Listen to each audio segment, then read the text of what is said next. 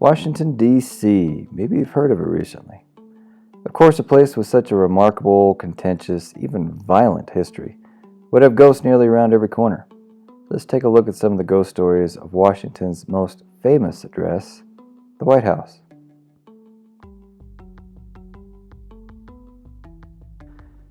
With so many residents over the years, it's only natural that some of the U.S. presidents and their families might linger.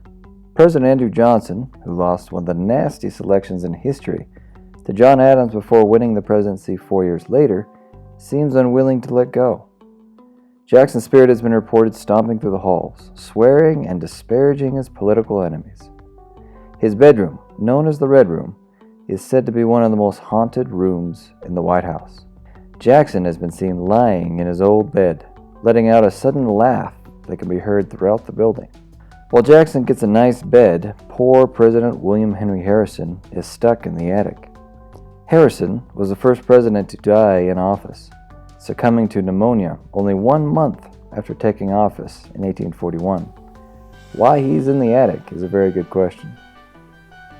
One of America's most celebrated presidents, Abraham Lincoln, is also the White House's most frequent visitor from beyond the grave. Grace Coolidge, wife of President Calvin Coolidge, said she once walked into the Oval Office only to find a specter of Lincoln standing at one of the windows.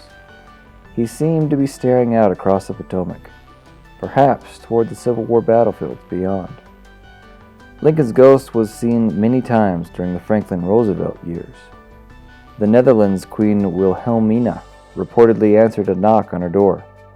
As the door swung open, she found herself face to face with the tall, bearded ghost of the 16th president, complete with his trademark top hat.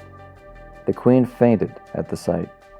Also during the World War II years, British Prime Minister Winston Churchill told of walking out of his bath, stark naked, and finding Lincoln's ghost sitting by the fireplace in his room.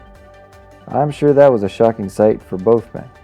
Lincoln's ghost seems to be most active when the country is in crisis, which also seems to bring another supernatural visitor out of hiding. A black cat has been seen running around the grounds of the White House just before some disaster befalls the country. Just some animal gotten loose, or a harbinger of woe. Not every ghost of the White House was a resident. The spirit of a British soldier has been seen wandering the halls, flaming torch in hand. It's believed he was one of the soldiers from the War of 1812 who, after successfully capturing Washington, set fire to the White House. A tragic tale is that of Anna Surratt, daughter of Mary Surratt. Mary was convicted of conspiring in the assassination of Abraham Lincoln. Anna bangs on the door of the White House and begs to be permitted to see President Andrew Johnson, Lincoln's successor. She pleads for a pardon for her mother, but obviously to no avail, as Mary Surratt was hanged in 1865. The White House stands as one of the most rich historical sites in the world. It may also be one of the most haunted. Given the chance, go and take a tour, drink in the history of the place, and maybe see some of that history appear before your eyes.